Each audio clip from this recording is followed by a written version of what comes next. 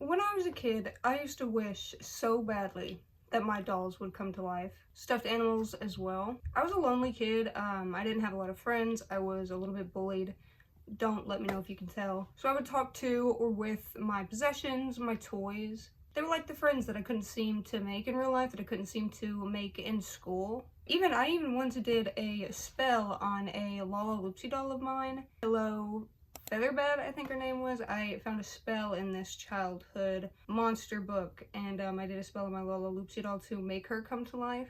But of course, she never moved, she never said anything, and I guess in hindsight, looking back, I'm glad that never happened. Because today's movie more than showcases what can happen if a doll comes to life, the atrocities that could befall you, your neighbors, your family, your foster family. Today's movie showcases just how deadly that can turn. Child's Play is a 1988 indie horror film directed by Tom Holland. I say indie because that's how it came out. I'm guessing like the budget and stuff, but it did ultimately take off, obviously, the franchise, the huge franchise it's become. It has spawned many sequels and even a TV show. We start off the movie with a man being chased down an alleyway by seemingly some sort of cop or detective. We hear him being called the Strangler. Two men are shooting at each other while we see the criminal guy, who we come to find is Charles Lee Ray. He's making his way towards a getaway van parked nearby. He's shot in the leg and falls, and we see that the getaway driver decides to take off and leave them there because we can hear sirens coming in the distance. Cops are obviously on the way. More cops are showing up. So he decides to leave his comrade. Eddie, help me!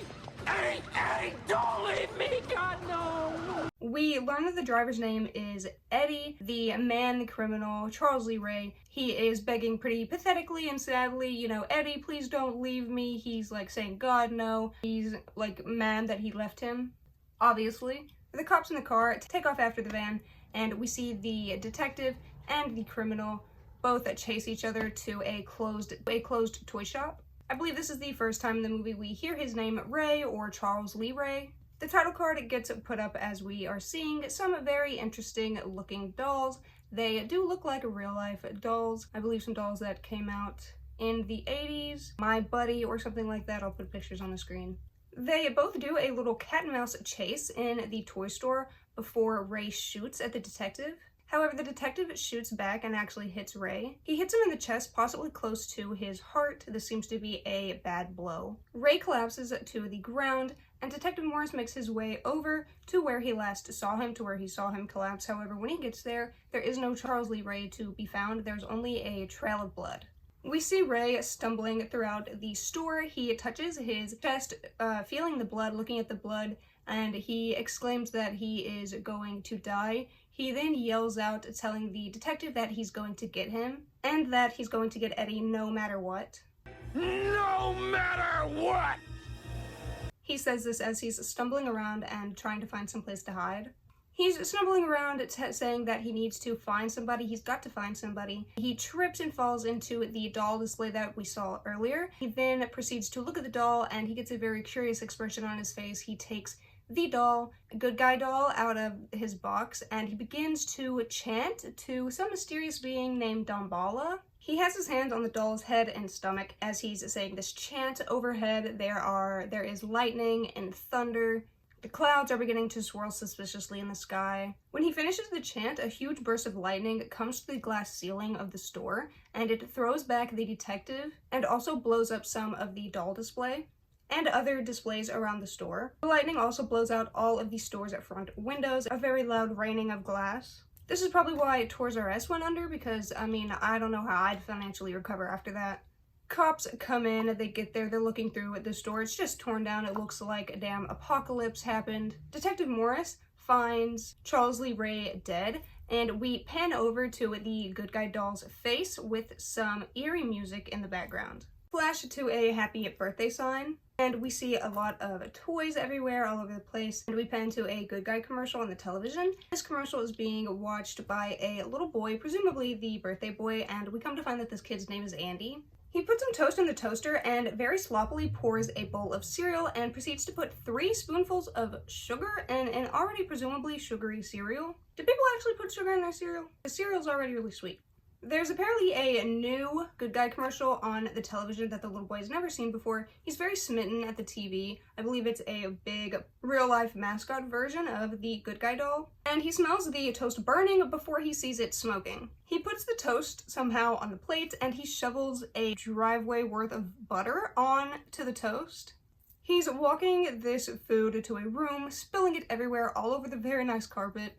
He's telling the mom to wake up and he puts the tray of food down on her nightstand. He's jumping on her, telling her to wake up. She looks at the clock, she says, "Oh my goodness, it's only 6:30, why are you awake?" I personally would have locked my bedroom door. There's no way a kid is gonna disturb my sleep. I'll hear somebody knocking on the door, they don't need to come all the way in. Pulls the blinds open, blinding his mom, and sets the trough of slop that he made for her onto her lap. Or brings it closer to her. She tells him it looks delicious and why doesn't she just go ahead and eat it a little bit later. They play around on the bed a little bit as well, roughhousing. He runs off to go and open his presents. We hear on the TV that the news is saying that the notorious Lakeshore Strangler Charles Lee Ray was gunned down last night and is dead, saying he was shot and killed. The mom changes the channel and they start opening presents. He urges him to open the smaller ones, however, he goes straight for the biggest present, and when he opens it, he's very disappointed to discover that it is clothes. He's obviously upset, so his mom tries to give him another one of his presents, which is a good guy's tool chest, but he says that he wants a good guy doll to go with it. A little ungrateful, but I can understand wanting something really badly and not getting it. She tells Andy that she knows that he wanted one, however, she wasn't able to save for it. She didn't know about the doll in time. The next scene, we see Karen, who is Andy's mother. We see her at work, which happens to be some sort of jewelry shop.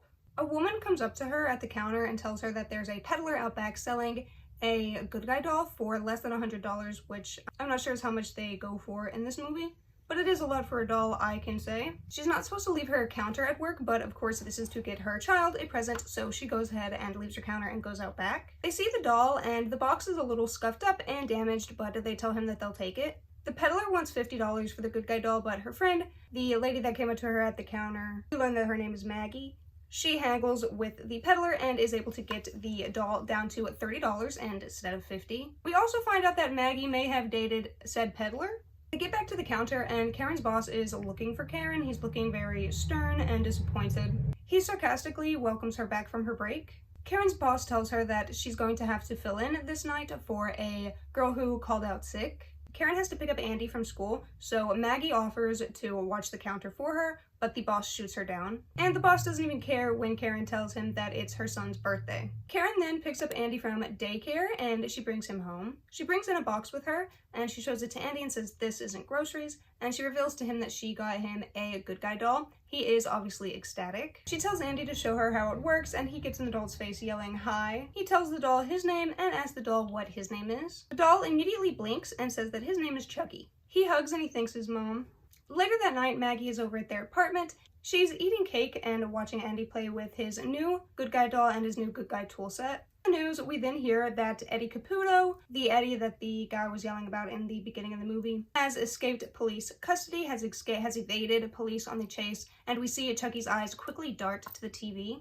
Maggie picks up Andy and tells him that it's time for bed, but Andy tells her that Chucky wants to stay up and watch the 9 o'clock news. So she picks Andy up and the doll, she turns off the TV and she takes Andy and the doll to his room. She then tells him to brush his teeth and she'll be in a minute to tuck him in. We see Maggie in the kitchen putting up some dishes and washing some dishes. We see that Andy is in the bathroom brushing his teeth. Maggie is startled when she hears behind her the TV click on out of nowhere, and she sees Chucky suspiciously sitting on the couch watching the TV. She turns off the TV again, she grabs Chucky and Andy out of the bathroom, and while scolding Andy for not listening and not being in bed, she takes them back to Andy's room and puts him in bed. Andy denies turning the TV on, but Maggie does not believe him. Andy then kisses Chucky goodnight, which is based. We see Maggie relaxing in the living room, reading a book, and we also see a POV of someone sneaking out of one of the rooms. Running past Maggie, she notices something. She follows some noises she hears in the living room and she asks out loud, "Andy, is that you?" We see that there's a chair jammed in front of the front door. Maggie makes sure that the door is locked. She goes into the kitchen and she sees either spilled milk or spilled powder of some kind all over the kitchen floor. She then gets startled by the phone ringing and she kind of laughs and goes over to the phone. When she answers, it's Karen calling from work to check on Andy. Karen notices that Maggie sounds off on the phone, but Maggie's very reassuring, telling her that everything's okay. They hang up the phone and we see a shot of a hammer being picked up before we pan back to Maggie sweeping up whatever has been spilled on the floor. She hears something next to the curtains and she goes over to the curtains. She's inspecting around and she picks up one of the potted plants and looks behind it and she sees nothing. She then just shrugs this off, but when she turns around we see that she's hit in the head with the hammer that we saw earlier. She stumbles backwards, crashing through the kitchen window. She proceeds to fall 6 stories down, landing on what I think is a station wagon, making her the first death in this movie. Karen gets off the bus and she sees police tape, spectators, and cops crawling all over the surrounding area in front of her building. She ducks under the tape and runs straight to her apartment. A police officer and a detective stop her outside of her apartment. She tells them that she lives there and then she rushes inside to find Andy. Andy's in his bedroom with the detective that we saw in the beginning of the movie chasing Charles Lee Ray. This is where we find out that his name is Detective Norris. Detective Norris tells Karen that Maggie is dead, and he proceeds to take her into the kitchen to look at some suspicious footprints that were found in this powder that was spilled in the kitchen. They were found on the counter, suspiciously enough. Detective Norris is implying that Andy could have done this, however he says that he has already checked all of Andy's shoes and none of his shoes match with the footprints. Karen was obviously offended by this notion. At this point, Andy comes into the kitchen and says that Chucky wants to know what's going on. Karen tells Andy to go to bed, but the detective notices the shoes that Andy has on and asks him to turn around and show him the shoes, and Andy says okay, and he picks up his foot and shows the detective. Karen again tells Andy to go to bed, obviously offended again. Her and Norris argue a little bit, and then him and all the cops leave after she tells them to get out. Andy's in bed when he notices some powder on the bottom of Chucky's shoes. Chucky is sitting in the chair just next to him, and that's how he was able to see the bottom of his shoes. He runs to tell his mom, who, seeing Norris out of the door, he's literally at the front door. Andy tells his mom that he knows who was on the counter, and the detective gets down on Andy's level and says, Who was on the counter, Andy? Andy says that it was Chucky, and his mom and Detective Norris both obviously have concerned looks on their faces. Karen sends Andy to bed and kicks Norris out of her house, shutting the door in his face. We see that Norris had picked up the hammer that was used on Maggie, and it is a toy hammer, and it looks like it came from Andy's toy, good guy toy chest, his tool set. Karen is washing her face and she notices that Andy is up and talking to Chucky. Karen asks Andy what exactly Chucky has been saying to him. Andy tells Karen that he's been saying that his real name is Charles Lee Ray, and that he was sent from heaven by his daddy to play with him. And he also says that Aunt Maggie was a real bitch and got what she deserved. Karen is obviously offended by this and she gets on to Andy. He tells her that it was Chucky, but she gets on to him saying, obviously she thinks that he's making it up, and she tells him that Chucky is fake. He's not real. Andy apologizes and tells his mother that he will stop making up stories. He also declines her offer to sleep in bed with her that night, saying he has Chucky, and she seems a little saddened by this. Seemingly, she wanted the company. She needed the comfort of having him in the bed with her. Karen tucks him into bed, and then she listens outside the door, presumably, I guess, to really see if Chucky is talking or not. However, Chucky can see her shadow under the door, so when Andy starts talking to him, telling him goodnight, he just gives an automated response that any of the toys could have made, so Karen looks begrudgingly and walks back to her room. When she walks him to school the next morning, he has Chucky with him, and I've actually done this before, taking dolls to school in my backpack. Karen leaves, and immediately after she's out of frame, we see Andy walking out of the building with Chucky, and we also see the camera crew reflected in one of the school doors. They proceed to get on a bus together, and they cross a bridge. Nobody's questioning this at all, and they get off on 47th Street. He gets off in what seems to be a poorer part of the town, I believe Chicago. I'm surprised the little boy didn't get abducted. Andy and Chucky make their way to this shitty-looking, dilapidated house that apparently is Eddie's hideout, or Eddie's where he sleeps at night. I'm guessing this is where Charles Lee Ray was at too, possibly some of the times. Andy sets Chucky down in a chair while he goes to pee. We then get a POV of somebody running up to the dilapidated house, and we pan to the chair, which is empty. The inside of the house is very, very run down. There's no power, it's very cold, and there's lots of rats. The oven is a gas stove or a gas oven, so the oven gets turned on. We see somebody turning on the oven dials, however not catching the flame, and they open the oven as well. We also see Eddie somewhere in the house sleeping, and he gets woken up when he hears a noise. We see that Andy is now at the chair looking for Chucky, and we see Eddie walking around his house with a gun. Erupt, and we see Andy running towards the house. Eddie opens the door, firing a gun, and when he does that, he blows up the entire kitchen and basically the entire house. Thankfully, though, Andy is not hurt in the explosion. Karen shows up at the police station. Norris takes her to his office and shows her Andy. I'm assuming that they found him wandering out and about when he should have been in school, because we see him being interviewed when his mom shows up, just the detective interviewing the kid alone. They hug, obviously, when she gets there. Karen pleads with Andy to tell the police officers the truth, or else they're going to take her away from him, or take him away from her. Andy starts begging at Chucky to say something, but when he's quiet, he starts banging Chucky against the chair and hitting him in the stomach. All this leads to, though, is another automated response from Chucky. There was a guy in the other side of the glass window watching, and he's apparently a psychologist or something. He tells Karen that Andy might need to spend a couple of days with them. Karen then goes home with Chucky, but without Andy. She starts berating Chucky, but laughs in frustration after getting yet another automated response. She goes to get a glass of wine, and she notices the good guy box. When she bends down to pick up the good guy box, she goes to throw it away, and the batteries fall out of the box. In this moment, she realizes that the doll never had the batteries at all, and the doll was moving, automated responses or not, all on his own. She's confused as hell, and she goes to pick up Chucky, and she opens his clothes to look at his back. She opens his little flap, and it is confirmed that Chucky has no batteries. It's confirmed that Chucky is not like other dolls. He then snaps his head around Exorcist style, asking if she wants to play. She's screaming, and she drops him, and he proceeds to roll under the couch. She pulls him out from under the couch, and we get possibly the funniest scene in the movie. I said talk to me, damn it, or else I'm gonna throw you in the fire!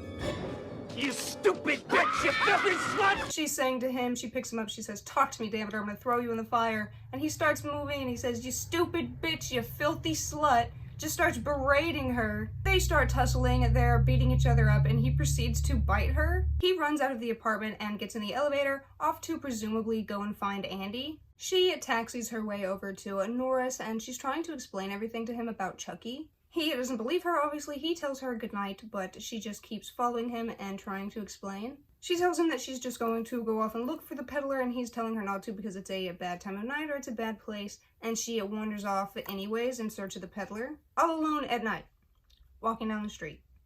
A woman.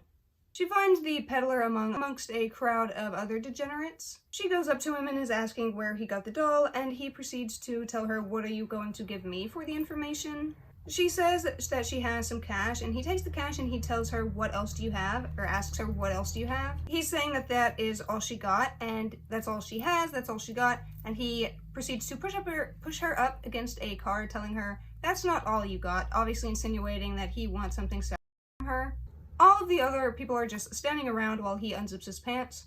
Thank goodness Detective Norris was presumably following her. I'm not sure exactly how he knew where she was. Maybe he knew where to find this peddler, maybe he knew who she was talking about, but thankfully he shows up. He shows up in the nick of time, obviously, gets away from Karen and she's okay. He proceeds to pull out the glizzy, asking if anybody else wants it, or asking them if the rest of them want to party, causing everyone to disperse. The peddler proceeds to tell him that he got the doll from a burned down toy store a while back, and this sparks a memory in Norris. Karen asks him what's wrong, obviously seeing that the peddler said something that had upset him. He tries to deflect, but Karen reminds him that her son's life is at stake. He relents and tells her that Charles Lee Ray was killed where the peddler is saying that he got the doll from. Karen tries to go to the store, but Norris stops her and tells her that lightning struck it that night and now there's nothing but a mess left. She asks him how he knows all this, and he tells her that he was there that night and he himself is the one who shot Charles Lee Ray dead. They get in his car and he drops off Karen while they're in the car. While in the car, they talk about Charles Lee Ray, where he lived, and they argue about whether or not they should go there. He drops her off at an apartment and leaves her, still not quite believing everything that's happening. He goes to his office, it looks like, and he grabs a file. As he's driving, we see a Chucky pop up from behind the driver's seat. He proceeds to start strangling Norris with some jumper cables while he's driving. Norris thinks fast and he pushes in the cigarette lighter in his car. When it pops back out hot, he takes it and he shoves it behind him, burning a hole onto Chucky's head, and we hear Chucky scream in pain. I'm sorry, Chucky's cheek? Chucky then drops down and he starts trying to stab through the back of Norris's seat as well as under the seat through his crotch. While Chucky's down there, he proceeds to hold down the accelerator pedal, causing the car to flip and crash. Chucky proceeds to run around the car, laughing and saying things while Norris shoots at him. Eventually, Norris manages to get a shot on Chucky, but it only hits him in his shoulder, and Chucky gets up and runs away, leaving Norris there. The next day we see that Karen has gone to Charles Lee Ray's apartment, or house or something. There's a bunch of weird paintings and weird things everywhere, candles, symbols, very occult vibes. There's a sign hanging up in there that says, "Thank you Damballa for life after death," presumably the same Damballa that we heard Charles Lee Ray speaking to earlier, or speaking about. Chanting to. See that Norris is there when he walks behind Karen, spooking her, coming up out of the shadows. He brought this file about this guy named John, and they talk about him and they decide that they're going to try and look for him and try to find him before Chucky does. They are, however, too late because the next scene that we see is Chucky already at this John guy's house. The new look of his old friend startles John, and he drops the drink he was holding. Chucky tells John that he didn't believe him at first, but now he knows. He also says that he didn't think that things would be able to hurt him. However, he is starting to bleed and feel pain, saying that one of his wounds hurts like a son of a bitch. John looks at him crazy and tells him that he's starting to turn human, and tells him that the more time he spends in the doll body, basically the more human he becomes. John refuses to help Chucky get out of his doll body, saying that Chucky had perverted everything that John had taught him. John runs to his phone, but he's followed by Chucky, who's holding something in his hands, and when it pans to him, it is shown to be John's very own voodoo doll. He had made a voodoo doll of himself, or I can't remember exactly what they're called. I don't think they're called voodoo dolls. Maybe, because he's a practitioner of voodoo. Like, you're supposed to take care of him and good things happen to you. He has one of those, and Chucky tells him that he shouldn't tell clients where he hides things like that. Which is true. John still refuses to help him, so Chucky breaks the arm of the doll, breaking John's arm in real life. I believe he breaks his leg and stuff too. Finally, John reveals that in order to stop the transformation, Chucky has to transfer his soul into the body of the very first human that he revealed this condition, revealed his true self to, and that is obviously Andy. We then see Chucky drop the most diabolical line in the entire film. I have a date with a 6-year-old boy. Wait a minute! Quote, "I have a date with a 6-year-old boy," end quote.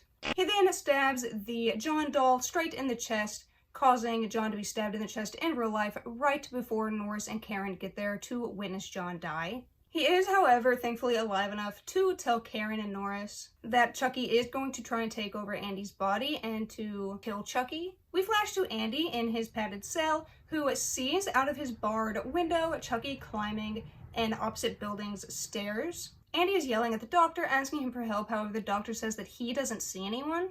Andy very, very convincingly slumps down to the ground, sobbing so sad, saying that Chucky is going to kill him. Chucky is then at the window and can see into the level of the floor. He is able to see on the wall room numbers and names, and he sees Andy's room number and sees the key. Chucky grabs the key and unlocks Andy's cell door, but when he opens it, he sees Andy laying under the covers. He goes under the covers to stab Andy. However, Andy runs out from under the bed and through the open door. Very, very clever. Under the blanket was just a pillow. The doctor sees Andy escaping and I believe gives chase. Andy then hides in a room. He thinks he's safe. He backs up against the wall and he gets jumped on by Chucky. They tussle and Andy picks up a scalpel to defend himself. However, the doctor comes in at this time and is trying to inject Andy with a sedative. Andy's obviously fighting with the doctor, trying to get him to not inject him, with the sedative telling them that Chucky is coming and he's going to kill them. Chucky proceeds to pick up the scalpel that Andy had dropped or the doctor had fought out of Andy's hands, and he stabs the doctor in the leg. Quickly, he grabs some electroconductor and puts it on the doctor's head while he's on the ground. He turns on the machine and starts frying the guy. The whole time Andy is begging Chucky to stop. Chucky proceeds to fry the doctor, and by the time Norris and Karen show up to the facility, the place is crawling with police officers. Andy is not there when they get there, and Karen tells Norris that Andy knows to go home if anything bad ever happens to him. And sure enough, we see that Andy has made his way back home. The key was under the mat, Andy is trying to barricade the door. We see Chucky in the elevator and some lady looks at him and calls him an ugly doll. Her and her husband proceed to get out of the elevator, and when Chucky's rising up the elevator, he says "fuck you" to the old lady. A few comedy moments sprinkled throughout this movie.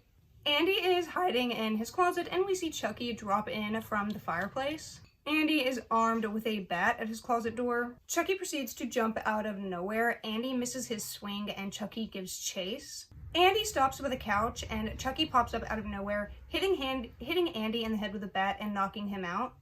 Thankfully at this time, Karen and Norris show up to her apartment. While they're making their way up the stairs, Chucky is flipping Andy over, putting his hands on his head and chest, and starting the chant. The clouds, the thunder, and the lightning get started. They start riling up.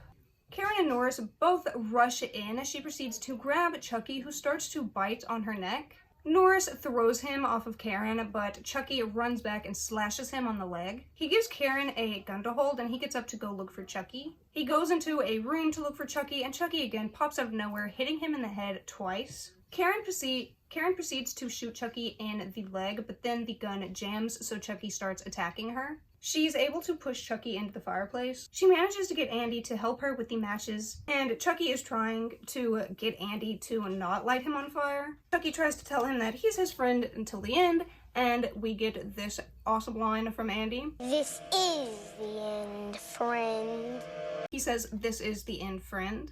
And of course, Andy drops the match in. Karen had already turned on the gas, so Chucky goes up in flames. Karen and Andy both rush back to Norris, thinking that Chucky is dead. However, Andy notices that Chucky is not in the fireplace when he goes back and tries to get the first aid kit. He drops the first aid kit and runs back to the room when Chucky sticks out his foot out of nowhere, or from around a corner, and trips Andy. Chucky is donning his Freddy Krueger cosplay and he walks towards Andy with a knife. He proceeds to tell Karen that he will let her live if she gives him the boy. Karen is blocking the door, Chucky is stabbing through it, and she gets stabbed, and Karen then gets stabbed through the door by Chucky. Chucky then busts into the room, chasing them into the hallway. Karen manages to shoot him in the chest and then manages to shoot his head all the way off. She then proceeds to shoot one of his arms off and one of his legs off. She shoots him in the chest as the other detective walks in to check on Norris. Norris tells him to call the police, and so he does. He also tells the cop to go out into the hallway, check the hallway, but not to touch any part of Chucky.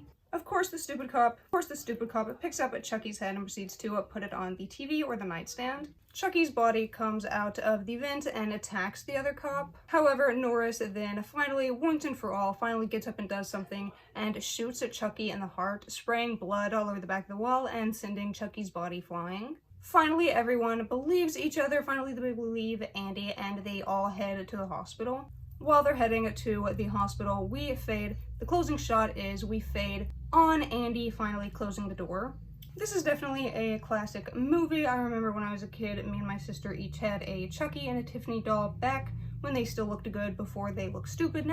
Nowadays, the ones that they have look really, really stupid, but they did look a lot better back in the day. I really like this movie. I really like the sequels that this movie spawned. I really like the Chucky world. I think in the third Chucky movie, Bride of Chucky, we see that Britney Spears is dead in their universe, which is an interesting development. Bride of Chucky's probably my favorite because it introduces Jennifer Tilly to the franchise.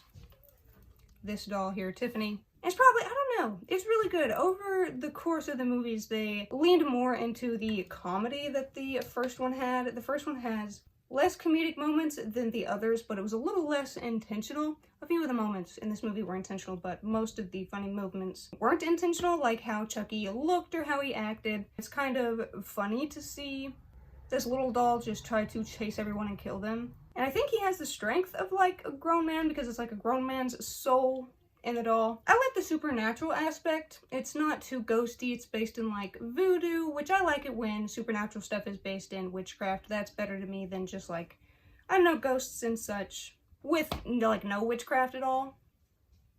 Let me know if you guys would like me to cover the rest of the Chucky movies. Bride of Chucky and Seed of Chucky probably have to be my favorite. The next Chucky movie, the second Child's Play, has to deal more with Andy and the rest of his story, so let me know in the comments if you guys would like that. Did this movie scare you guys as a kid? I think it did. Scare me in like one way. Like obviously I was scared of Chucky, but I was never scared that any of my toys and stuff were gonna come to life. I in fact wanted them to come to life. Okay guys, I really hope you enjoyed this video. Please let me know if you would like more videos like this. I would love to cover more movies. Let me know if there's any movies in particular you guys would like me to cover. New movies, old movies, things that I haven't seen, things that I have seen. Check out my Mercari, my Depop, and my Buy Me a Coffee, as well as my Patreon for more ways to support me. I am selling this right now, trying to get rid of it. Check out all my other social medias, Instagram, Snapchat, Blue Sky, Threads, Reddit, and anything else that there is, TikTok of course. Make sure you guys are following me on there to keep up with me. Please like the video, comment on the video, anything you want to comment, and subscribe to stay up to date with all the videos I post, dolls, movies, horror content, jewelry, fashion, anything like that. And I will see you guys in the next video. Bye bye!